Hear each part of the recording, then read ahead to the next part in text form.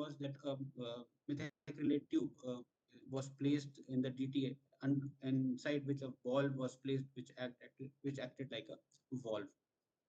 So talking about the generation one wall, which we said that these are basically ball and cage walls, but there was few other walls which were made from other materials, which was as by Braunwald and Harkin in 1960s. This is we are talking about early 1960s, where polyurethane was used to manufacture these walls. And uh, this is Nina Starr Braunwald. She was a young 32 years old American thoracic surgeon, and she was the first lady to replace a mitral valve because nobody had thought about this before. And she used two flexible polyurethane leaflets over a Dacron fabric. In fact, there were few Teflon tapes attached to these leaflets which acted like corded in knee. And she made this mitral valve replacement in a 44-year-old lady with mitral regurgitation. It was historic, in fact, that a lady would be the first person to replace such a valve. Followed by that, in that time, there was again the same gentleman, Dwight Murray Harkin, in 1960s, who introduced the modern era of processes, as we know, because he proposed what is known as excising of the diseased cusp. Generally, when we replace a valve, there are various ways of surgical methods of replacing a valve. One of them is that you excise the diseased leaflets and place the valve in the annulus. So Dr. Harkin was the first person who introduced this, and he made a valve for himself, which is also known as the Dwight Emery Harkin valve, which is a double cased valve made up of stainless steel with a lucite ball inside it, and the swing ring was made up of Teflon. And he tried this in 7 patients, out of which two survived and one even survived for 22 years. So we are talking about very early 60s, when such there was no great detailing available, yet they were able to achieve some good, remarkable results. Then came what is the era of the real ball and cage valve, which is called the Starr-Edwards valve. And as we know that the Starr-Edwards valve was the most commonly implanted valve in the 60s, yet he had an initial design of what is more commonly looking like a bi-leaflet valve. He had a silicon rubber leaflet across a central bar of Teflon, and attached to it was a Teflon ring. And this animal experimented did not prove worthy, and within 48 hours both these implanted animal experiments failed, and he gave up this idea. So what inspired Starr and Edwards to this ball and cage valve was that you must first know who are these Starr and Edwards. Dr. Starr is a great cardiac surgeon, while Edwards was a pump engineer. And during the whole course of development of these valves, you would find that one great doctor has collaborated with some great technician person in the industry to develop certain things which are beautiful for the mankind. So they both collaborated and they tried to solve this problem, and they brought the concept of what is called the moving wall. They were inspired from animal experiments of Dr. Ellis and Bulbian in Mayo, uh, who suggested that if there is a ball which is moving around inside a cage, there would be no thrombogenicity, as this is the only moving part which would be moving inside the wall, and there would be no thrombus forming around it. So they first made this ball and cage wall. It was a little bulky wall. The cage was again made up of lucite. The ball was made up of silicon, uh, which was elastomer with rubber. The ring was a knitted Teflon ring, and they were able to implant it in a few patients. In fact, one of the patients had a survival of more than 10 years of age, more than 10 years of life after the implantation, and he had an accidental death. And it was wonderful that this valve was designed. And over the course of next maybe 7, 8, 10 years, it went into a lot of modifications. The modifications were primarily one in the strut material from which it was made. Secondly, it was a noisy valve. It used to do a lot of noise when it was inside the body. So they covered that strut material with Teflon and various other materials. This is one type of modifications to this valve. The second type of modification which came to this valve was that the valve was made radio opaque, and this was done by addition of barium. So this is a very good trick question, that how was the ball made radio opaque? By a few old timers examiners, that barium was used to make it radio opaque. The third problem is that this ball, which was initially made, would absorb a lot of lipids. And once these lipids were absorbed into that ball, it would change its shape and deform and will not fit it into the socket to prevent leakage. So this property, this type of, this was called ball variance. And this variance was avoided or treated by heat curing the silicon and making into an elastomer. And this made the ball more sturdier and would not then absorb lipids. So these were the various modifications of the Star and Edward valve. Starr and Edwards were not the only people who made these type of valves. There were few extremely innovative designs as this ball and cage valve progressed. The worthy names were McGovern and Crumey ball and cage valve. In fact, if you look at this valve, it is a design of a sutureless valve. He had spikes pointing out along the swing ring. He would put it into the annulus and just rotate the valve like this, so that each of the spikes pushes themselves into the annulus. And in fact, this is one of the first sutureless valves which were ever invented. On the second screen is of this Maloff Cutler valve. It has a beautiful two concepts. One is it is called a full flow orifice. The valve, the cage is not complete. The cage is open in the middle, so that when the blood flows, there is a complete flow through that orifice. And the second is that it has got two cages. One for the ball to move up during the systole, and the second to rest on during the diastole. So it has two cage principle. Then came this DBE surgery tool valve. This is the first use of pyrolytic carbon. Pyrolytic carbon was invented by a gentleman called Jacques Bacros, and this was used in spacecraft material. It was one of the spacecraft materials. It was very sturdy, and this use of this pyrolytic carbon has revolutionized the formation of walls. And in fact, the today current day walls also uses the pyrolytic carbon only. So this was the first time this material was used as a ball inside this ball and valve. In 1960s, Brownwell and Cutler also introduced one of their ball and cage valves. What was the disadvantage of these valves? The disadvantage was ball variance. As I told you, it would absorb lipid and change its shape. It is high profile. Profile, what we mean by a profile of a valve is the total height after its implantation. So it is a long valve, as you call it. Since it is a long valve, if there is a small LV or small aortic root, it is difficult to implant. Then it would have high gradients because of the bulky nature of the wall.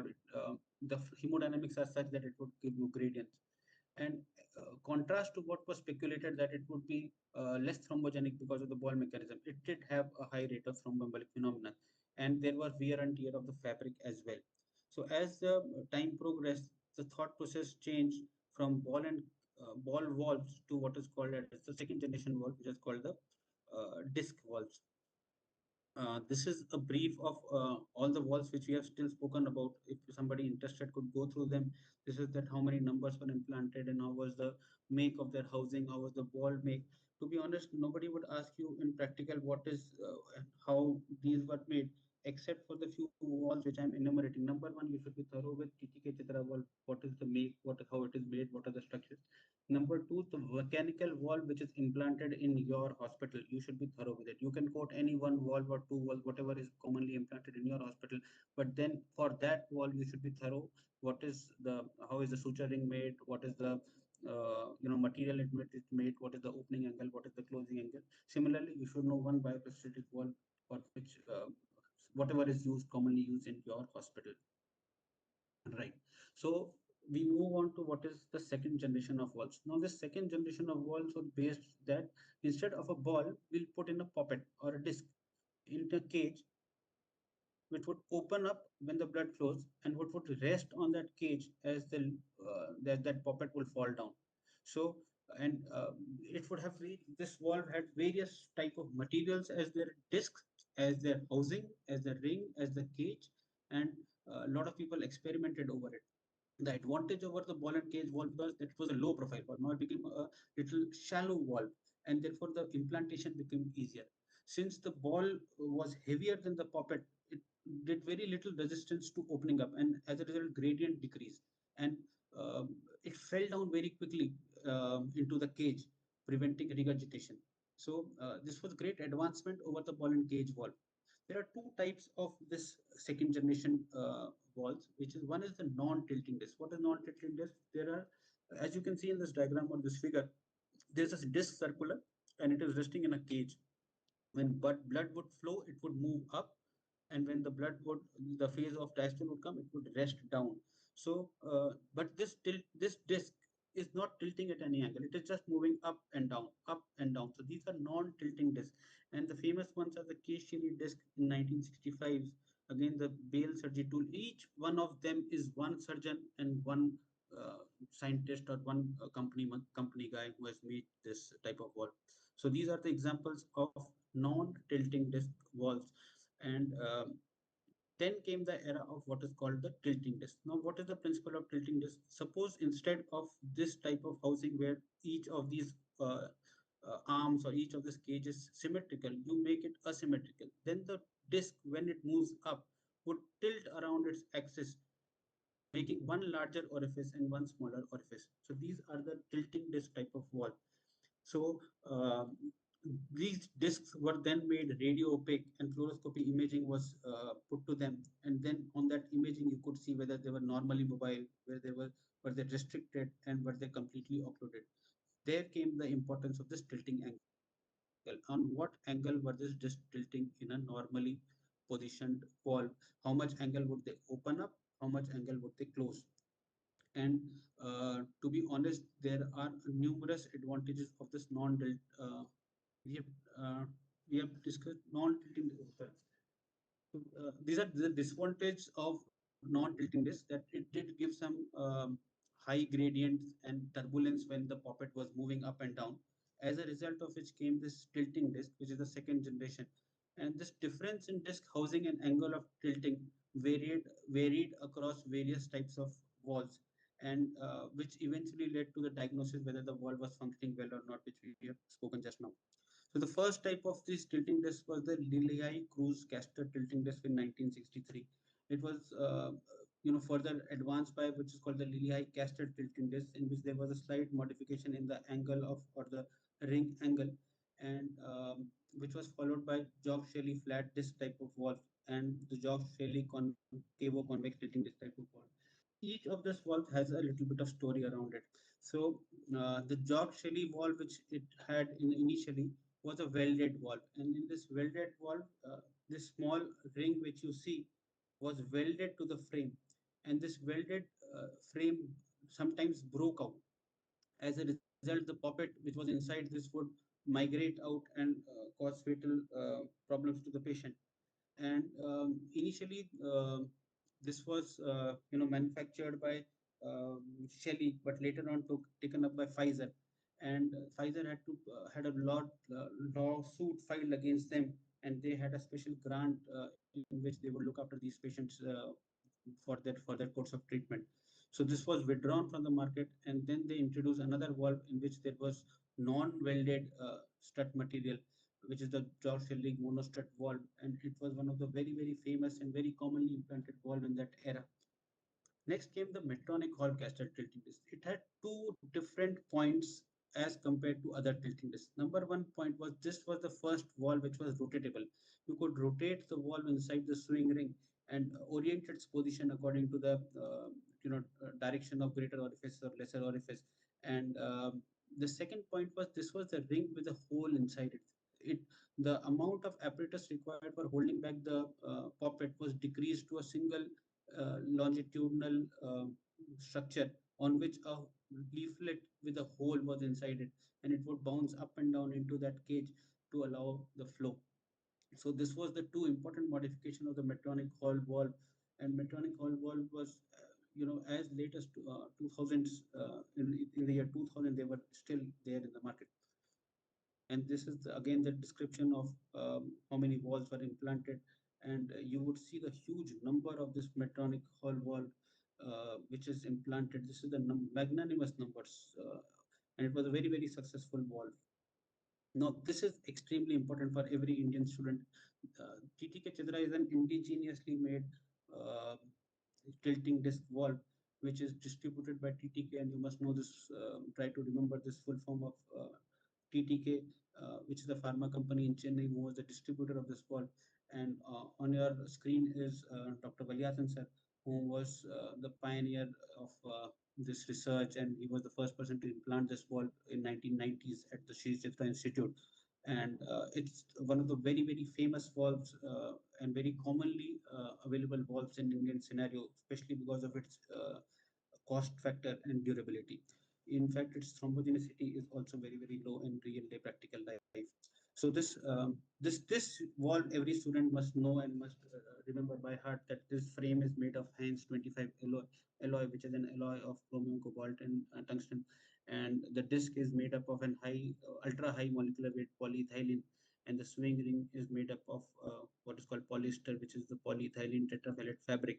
And you must know that how it is manufactured and how it is come is that it comes in two models, which is model number TC1 and model number TC1H. The TC1 comes without a holder, while the TC1H comes along with a small holder on top to indicate the direction of orientation. Because once somebody drops it on table, it takes some time to realize which way the valve is opening and which way the valve is closing. So the second model comes with a holder. The advantages of this TTK valve are it has superior hemodynamics. It is a very, very hemodynamically compatible valve with a lot of structural integrity and less cavitation changes as the blood flows through it. With, as I said, low thromboembolism, it is a very, very silently operating valve. There is no large valve click or sound available or heard during this. And it comes with a rotatable disc, and the disc also rotates within its own axis inside the valve. So to the best use of the hemodynamics. TTK has proposed that it would come up with another newer generation of TTK valve with the change in the frame material. The rest of the thing is almost the same, only the frame material has been changed. The third generation is the generation of bileaflet mechanical valves. Now, there were a lot of experiments, as we saw that Star Edwards himself had a bileaflet design, but there were a lot of people who were trying to experiment on this, and this is the chronology of how it had been invented. What I would like to emphasize is the Indian contribution to this lab. To this bileaflet valve. This is a photograph of Dr. Bhagwant Kalke along with Dr. Liliyai. And Dr. Bhagwan Kalke was a professor in BYL Nair Medical College in Mumbai, and he went to Dr. Lilihai for his observership or maybe some training, and he proposed this bileaflet design after being inspired from the floodgates, what he saw at his childhood days during Sholapur, and that inspired the bileaflet design of the wall. In fact, I would say that my thesis guy, my teacher, was his student, and this was an Indian contribution, what people would know. So what he had proposed was that the hinge material should be somewhere in the axis. The periphery should be the way where the wall leaflet should swing around. This is what he proposed. So and from then on, the bi-leaflet walls had the leaflets to be swinging around the periphery. Before that, they were in the central part of the wall where they were swinging around. So this was a change. This would give us a central orifice of flow when the valve opens. So this is an important hemodynamic contribution of this valve. Although the patient on which this was applied did not survive, yet it became two precursor of the bilateral valves. And this bileaflet valve were brought into existence by what is called the St. Jude mechanical heart valve in 1977. So this is another trick question, that who is St. Jude, who was St. Jude, how did the name of St. Jude come? So you must know that there were a lot of people who contributed in making of this valve, and two of them, the most prominent, were Dr. Nikolov and Mr. Vilfana. Mr. Vilfana was a scientist who proposed that pyrolytic carbon should be used in the manufacturing of the St. Jude valve, while Dr. Nikolov was the one who designed and suggested it. And these were again two company people, Mr. Sources and Mr. Hansen, who were contributing to the manufacturing of the St. Jude valve. So Mr. Vilfana had suggested that Mr. Nikolov, this valve should be called Nikolov valve. While Nikolov did not want to take this on him, and he said that Mr. Vilfana, you can put the name, your name.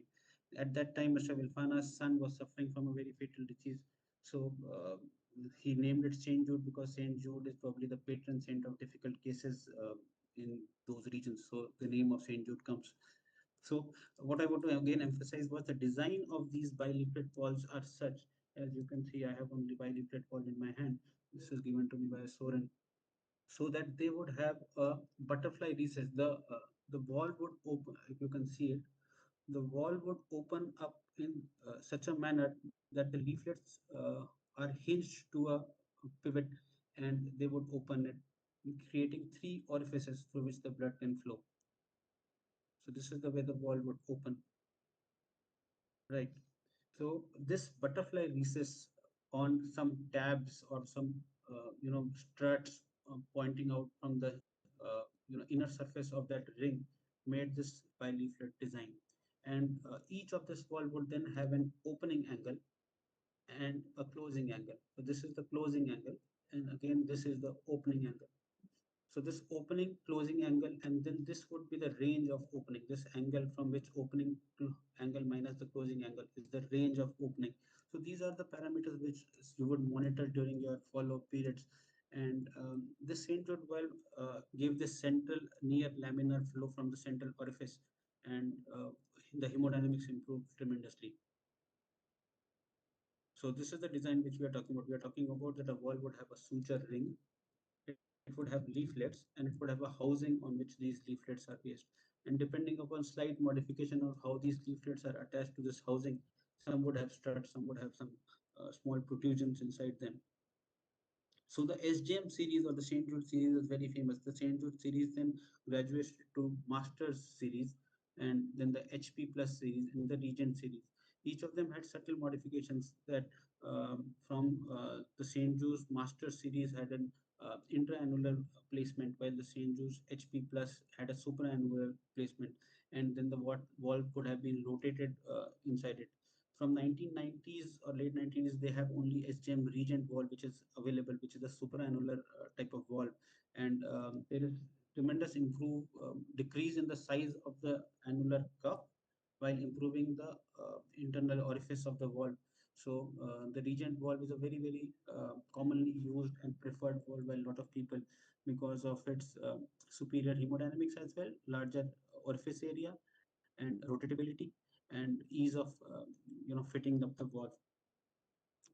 Similar valves on similar nature are the ATS valves, the Indian Miltonia valve, and bicarbon Sorin valves. Each of them made up of the pyrolytic carbon structure with an opening angle variable from say 85 degree, and like an ATS valve with an open pivot design in which there is absolutely no struts, but there are only hinges. So there is as you the blood washes through there is less thrombus formation in those valves. And then came another important invention or discovery invention rather in 1996, where onyx valves were introduced. This onyx valve has an important phenomenon that one, it opens at 90 degrees, so the opening angle is 90 degree. Second, it has got the inlet of the valve is tall, and so this prevents it improves the hemodynamics also. It prevents stasis of the blood. And again, the leaflet are made up of pyrolytic carbon coated material, and graphite and tungsten is loaded to make it radio opaque. And this geometry allowed uh, onyx valves to accept lower INR targets during their anticoagulation phase. As a result, it is preferred by a lot many surgeons, especially where anticoagulation may not be able to follow up well, or because of other reasons. So this the quality of this valve is the one their opening angle as 90 degree and the decreased thrombogenicity. This can be used in these such cases. Right. So the last generation or the clinical trial phase of these patients of tri-leaflet aurora valves. These are mechanical valves made up of tri-leaflet, and they are uh, designed in such a way that they would not require any type of anticoagulation, and have the maximum or the best hemodynamics. I for one have yet not seen it physically, but soon there would be time when we would use them. So there are further advancement in this world, and there is the polymer heart walls or tissue engineered heart walls can be used. One of them is the TriFlow. These are for good to know and good to speak about, but not much has been available on them clinically. So there are a few important concepts which we must discuss. This for any valve when we are analyzing, when we are talking. Number one is how is the area of the valve defined? Because eventually, what would matter in a prosthetic heart valve is the effective orifice area, which is shown in the red. Now, suppose I take this circular type of valve.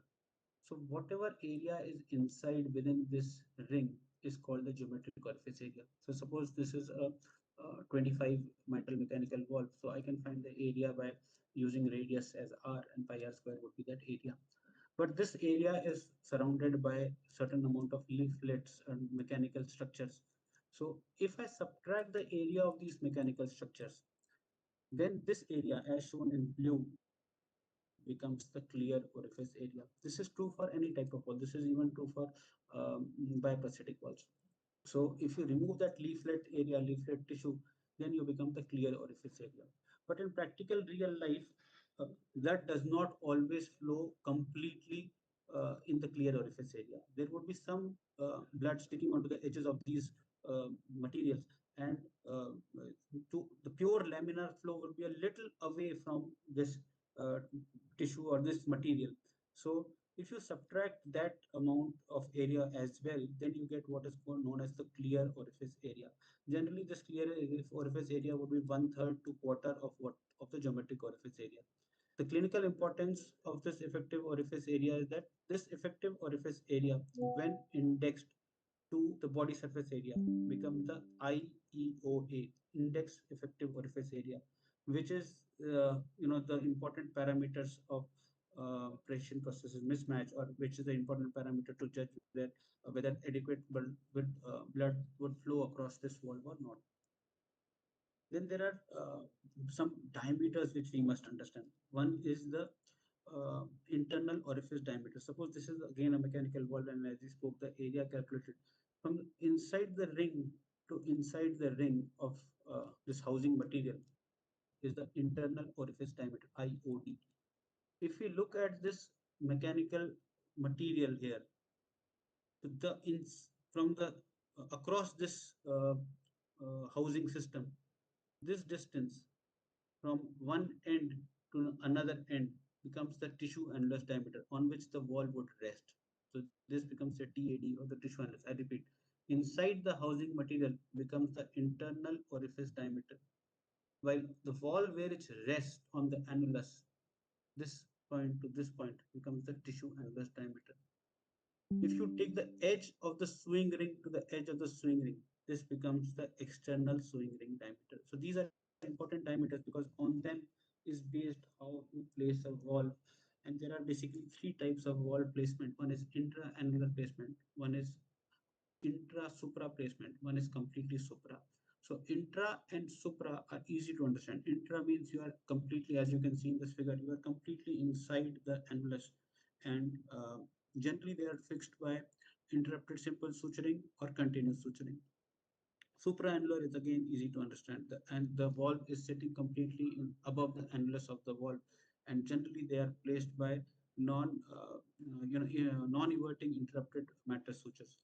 Now, this intra or supraannular placement is by this interrupted everting matrix sutures, and these are the various technicalities in which when an IOD, TAD, ESRD will be comparable to each other in each of these placement.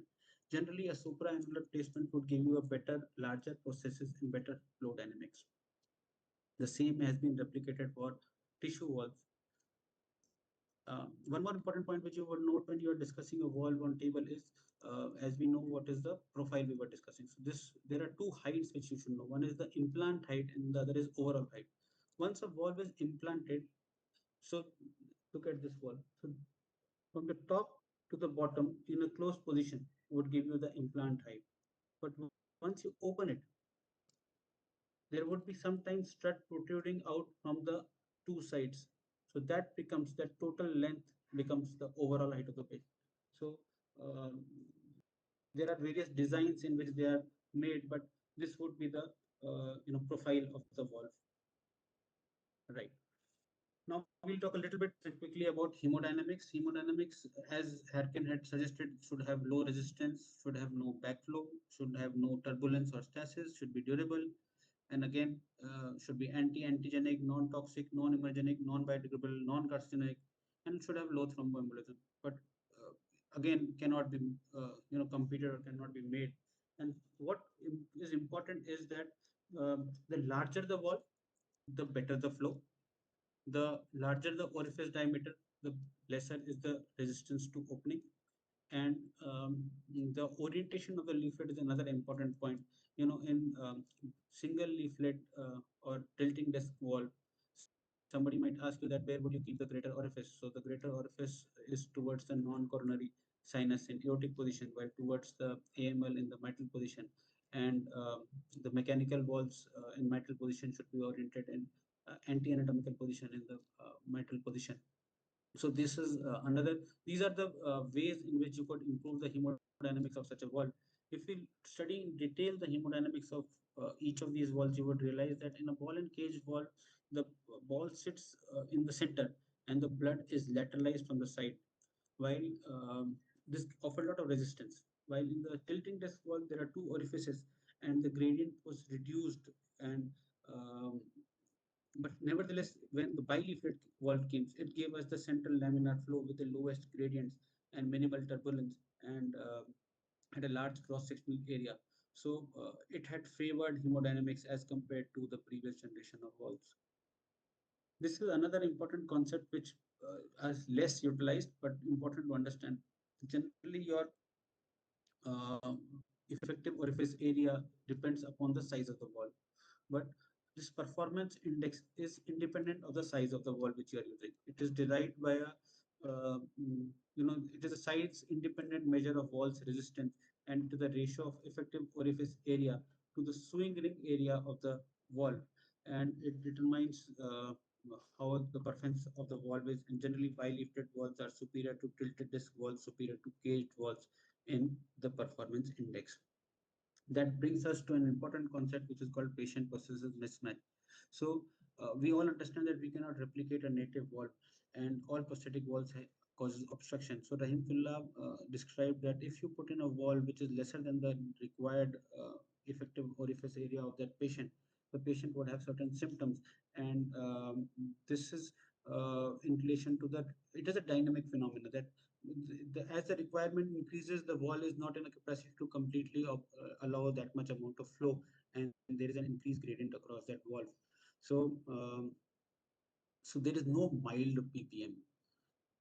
Generally, this is calculated by effective index effective orifice area upon BSA, मतलब effective orifice area upon BSA. If it is more than 0.85, more than 1.2 in aortic and mitral position, they are considered to be normal. Somewhere between 0.85 to 0.65 and 1.2 to zero point 0.9 is moderate, and less than 0.65 and less than zero point 0.9 each for aortic and mitral position is severe. So this is for real. This happens in reality, and the negative impact of this patient processes mismatch is that when you put in a large size valve, there is LV regression. The systolic function improves. The pulmonary hypertension for mitral valve settle down. The clinical class of the patient goes down. There are less events of congestive cardiac failure, and overall cardiac adverse cardiac events of like mortality decreases. But once this ppm is achieved, that is your effective orifice area is indexed to body surface area is say less than as per 0.65 in aortic position and zero point 0.9 in centimeter square by meter square in mitral position, the patient does not clinically benefit from a valve replacement. So you must aim to achieve this, avoid this ppm rather than try to cure it once it is done by asking the patient to reduce weight. So you must put adequate size. This is a somewhat newer classification which I found with relation to BMI, that patients who are heavyweight, more than 30 kg meter square, have a different classification as narrated in this table. Right. So the classification is zero point 0.7 here rather than 0.85. All right. Each of your mechanical walls or even tissue walls would come up with this chart in which they have classified their uh, effective orifice area charted across the patient's BSA. So the green indicates the patient will not have any patient processes mismatch, and you must target to put in a wall. Suppose your patient is having a BSA of 1.7 and you are implanting a 23 valve which has an average effective orifice area of 1.5. So the patient lands in the green zone, there would be no evidence of PPM. Any red zone is danger. So each of your valve companies would come up with this chart, and you must have a copy retained in your OT theater of each of the company valve which you use. And before you start your surgery, you must know what valve you have to put in. Right. So we have, if you talk about substitutes of valve which are available to us, they are mechanical valves, they are bioprosthetic valves, they are transcatheter valves, they are polymeric heart valves, and they are tissue engineered heart valves. We have spoken in depth about mechanical valves. Quickly, we'll rush to the other ones. So bioprocess valve was the term was coined by Carpentier, and he gave the term that artificial material made from biological substance, artificially created structure made from biological material will be called a bioprosthesis. And he used to treat these tissues to reduce one its antigenicity. As you put a foreign material, it causes antigenicity. In second, to increase its stability, and third, to prevent host fibroblast infiltration and growth. These are the three parameters or three pillars on which a you know biological processes depend. That it should not be antigenic. It would prevent. It would have its own structural integrity, and it would prevent any host tissue or fibroblast to infiltrate inside it. So when we talk about these bioprocesses, there can be various types of tissues by which it can be made. It could be made up of pericardium, it could be a native valve, the source could be a autograft, homograft, or a xenograft. It could be stented or a stentless valve, and it could be the tissue could be freshly made or could be a fixed one. So what is the importance of these biological valves? Biological valves are important because they do not require anticoagulation. So the thromboembolism is less, the hemolysis is less. If you look at this, this is the uh, tri-leaflet bioprosthetic valve, and it easily opens up. So there is so less resistance in opening up of this valve that it gives you much better hemodynamics, and they are more natural. They do not produce sound. They are not annoying, but they come with an inherent problem of structural valve deterioration.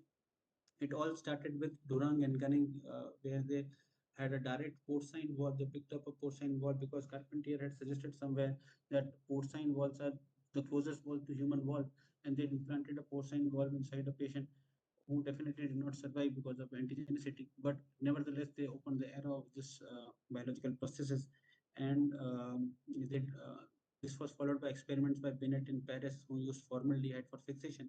And finally, Carpentier came up with the idea of glutathione preserved valves. So this is Dr.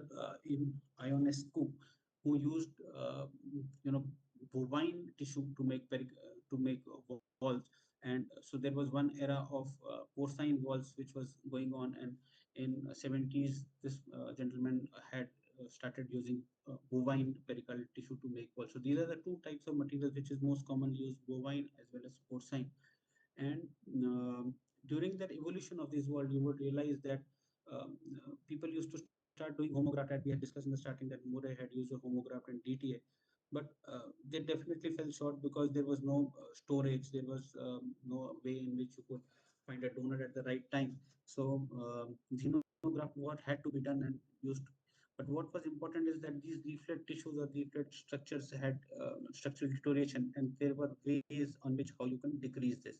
So these are the four things. This one is preserve chemical fixation and preservation of the structure, the modification in the pressure of the fixation, use of frame and stents, and development of anti-mineralization techniques in which you can preserve these leaflets or this artificial or this biological materials inside your body.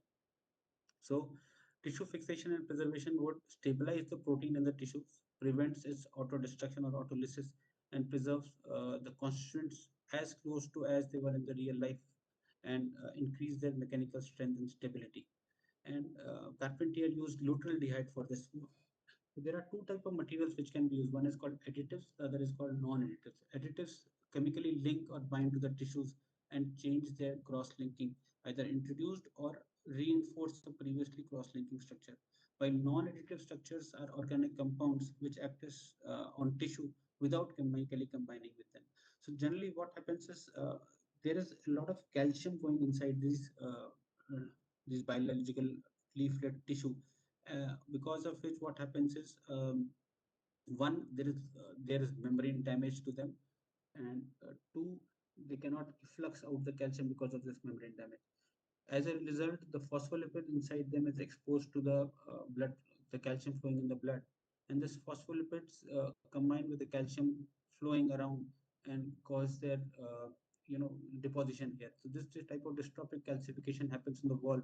This is augmented again by the aldehyde group, which has an affinity for when the patient is treated by glutaldehyde, which has an affinity to this calcium, and a lot of calcium deposition take place, and this causes structural deformation of the valve.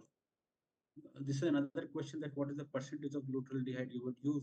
So glutaldehyde was used in a 0.2% to uh, prevent this as a cross-linking mechanism or preservation of these leaflets, and reduce its antigenicity, and improve its cell viability. But this glutaldehyde in turn increases the chances of calcification by exposing the aldehyde group. So these are a list of anti-mineralization strategy. Each of the company has their own proprietary solutions or proprietary methods of preventing this calcium deposition or structural deterioration. Some are using amino oleic acids, some are using trivalent metallic ions, some are using surfactants, and people are using various types of pressure fixation. And recently, you would find there is a valve which comes as non-aqueous preservation, and Resilia is has a special integrity preservation technology, and it comes as a dry preserved valve. This also brings us to an important point, that whenever you are using a tissue valve, we would like to rinse the valve 2 to 3 times in water for maybe 1 minute, so that the remnant glutaldehyde or the storant is washed away before you actively implant the valve. So bioprosthetic valves also evolved from first generation valves, which had higher fixation pressures, to low or zero fixation pressures in second generation, and their implantation position also changed from from intraannular to supraannular positions. And there is a long list of valves which are available, which I would just show, and you can remember one or two from each category. The third generation valves had anti-mineralization processes, as we just spoke about, had smaller profiles and were more flexible, and could be placed in the supraannular placement. Another mechanism which I want to talk about is the cinch mechanism of mechanical or biological valve. So every mechanical stented valve would have, if you can see, three uh, pillars or posts or strut post for holding up the three tissue leaflets. And if you see very closely, there are three wires which are joining these three pillars. If you rotate this in a certain angle, from the rotator on the top, these three struts would be pulled inside, so that when you implant the valve, this would easily fit in. Once you are inside the valve and your shoe sutures are tied down, you can release this cinch mechanism, and the valve would, the three legs, as you would maybe call it, would open up to take up their complete place. This would prevent any tissues from, while tying the knots, the thread to go around the stent post, and would ease the implantation of tissue walls. This is the figure I'm talking about. So there would be stented or non-stented walls, each from porcine and from bovine category. And these names and these types you could memorize and see for yourself. This is the list of those walls. So this, what is the difference between stented and stentless valve? This valve, for example, we are talking about, has it got a tissue frame or a stent on which, say, in case of a pericardial valve made up of bovine pericardium, three different leaflets are attached and sewed in a certain arrangement, but it has a stent. So the stent gives a little bit of rigidity to it and support. But Dr. Tyrone David proposed that if we could have to go without these stents, we can have a stentless processes, and these are absolutely low gradients or little gradients to the flow of these stentless walls, and they preserve the dynamic nature of the aortic annulus as well. These are the examples of those centrifuges. The last in the list is the sutureless valve of bioprosthetic valve. These sutureless valves are another big thing inside. This is one of the perceval valve provided to me by the Soren people. this is the central figure which you see in your in front of you. So this just requires three suture placements at three of its bases, and rest of the framework pushes itself across the aortic annulus so that it fixes itself into place. So this became a big hit, but because of increased paravalvular and its cost, it became into disrepute, and it is coming back after the TAVI is into force. There are two other options. One is homograft, as we discussed, and autograft, as in Ross procedure. Each of them have their advantages of being anticoagulant free and thromboembolism is reduced, with autograph having the advantage that it grows along with the patient and it's useful with young patient. But a lot of debate can be done about whether it is really advisable or not. The last in the list are tissue engineered heart valves, which are again constructed from a fabricated material, and these heart valves are created from autologous cells, still in trial basis, but might solve the purpose in near future. So various types of materials are used to make these scaffolds, and the leaflets are again fixed at low pressure, and collagen matrix is used for them. Mm. One must also understand that there are type of valves which are called transcatheter valves. Alan Grieber was the first person who did a TAVI through the femoral route, and he used an equine pericardium mounted stent valve. And we must know that there are two types of basically two types of transcatheter valve. One is called a balloon mounted valve, the other is called a self-expanding valve. The balloon mounted valve has a balloon inside it, and once you inflate the balloon, the valve sticks around its annulus. While a self-expanding valve is made of a structure where the inherent material has a outward radial force, and it helps the valve to stick around its annulus. Huge list. You must know that there is a Merrill Mai valve, which is a Indian TAVI valve, and you must know the difference between balloon and self-expanding valves. Okay, last two important points I would finish in the next 5-7 minutes is choice of valves. So the most important point, there are two guidelines which will guide you in the selection of the valve. One is the ECCHA guideline, the other is the European Society guideline, and each of them have a relatively common understanding. Number one point, which is very important, is that you should be informed, shared decision making. You should not take care that, okay, I will put this patient mechanism. You have to discuss with the patient. And generally, your discussion would be based on anticoagulation, your ease of monitoring that anticoagulation. Then it will depend upon the age of the patient and the life expectancy of the region. You would talk about pregnancy, whether the patient wants to become pregnant in near future, whether there is other risk factors in case of say previous infective endocarditis or a valve and valve situation. So these are the basic parameters on which a choice of mechanical valve would depend. Generally speaking, age would be a most important factor, and I have put it up as ACC and ESC guideline. For aortic valve replacement, 50 years less mechanical, no doubt, though ESC suggests less than 60 years. And when the patient is more than 65, there is no doubt it is bioprosthetic, unless there is any other indication of anticoagulation involved. The gray zone is between 50 to 65 or 60 to 65, according to these two classifications. This gray zone is the area where you will have to go back and discuss these points which we have listed here, that in accordance to the patient's education, that what you would suggest. For mechanical mitral, there is no doubt less than 65 receives the mechanical. More than 65 and more than 70, according to the classification, receives bio. 65 to 70 is the gray zone, but generally these patients, the decision would be simpler. The confusion would arise maybe between 50 to 65 years of age in aortic valve, where you would have to really discuss with the patient the pros and cons of anticoagulation versus structural deterioration of the valves. And there would be debate on which one to be used into when, especially in the era of TAVI.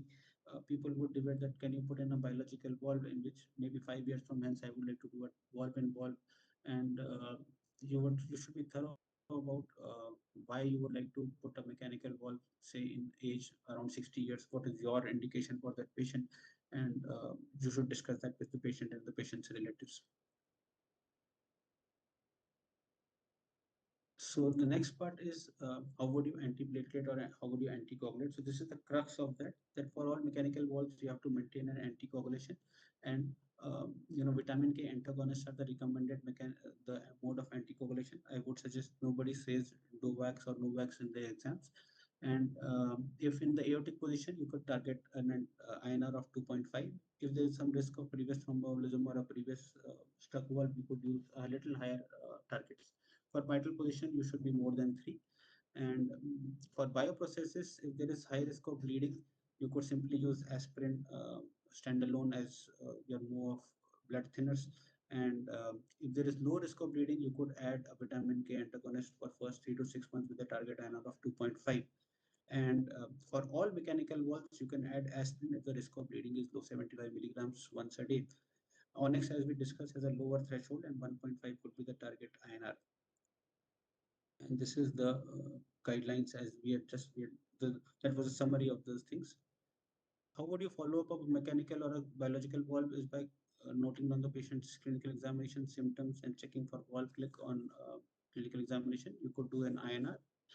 Some centers do regular fluoroscopy or cine CT imaging of these patients. On a 2D echo transthoracic, generally you would see the leaflet motions, you would see parabolar leak, gradients, washing jets, any evidence of infective endocarditis, thrombus, and rest of the myocardium. So this is how you would do. I would also like to tell you that there are two interesting apps which are available in both Play Store and the Android version.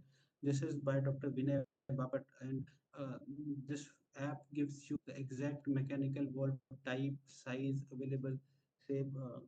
If you can see, not able to show you, but these are called the first app is called VIV, valve in valve aortic. The second is called valve in valve mitral, and the third is called cardio valve.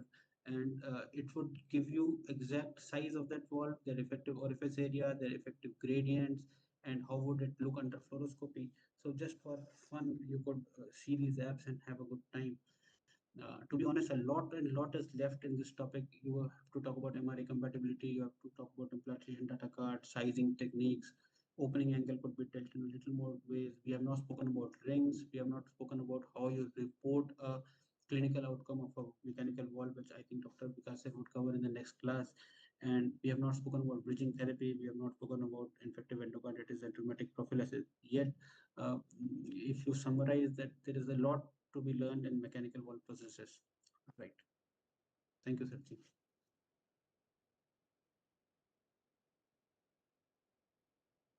Hello.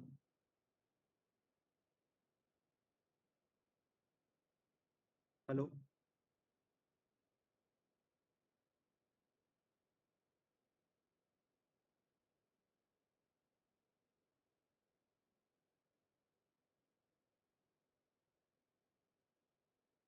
Hello. Sorry, I was muted. I think I'm Sir, audible now, right? sir, you're audible. Yes. Yeah. So Dr. Ayush has done a wonderful job. In 1 hour, he has covered a lot.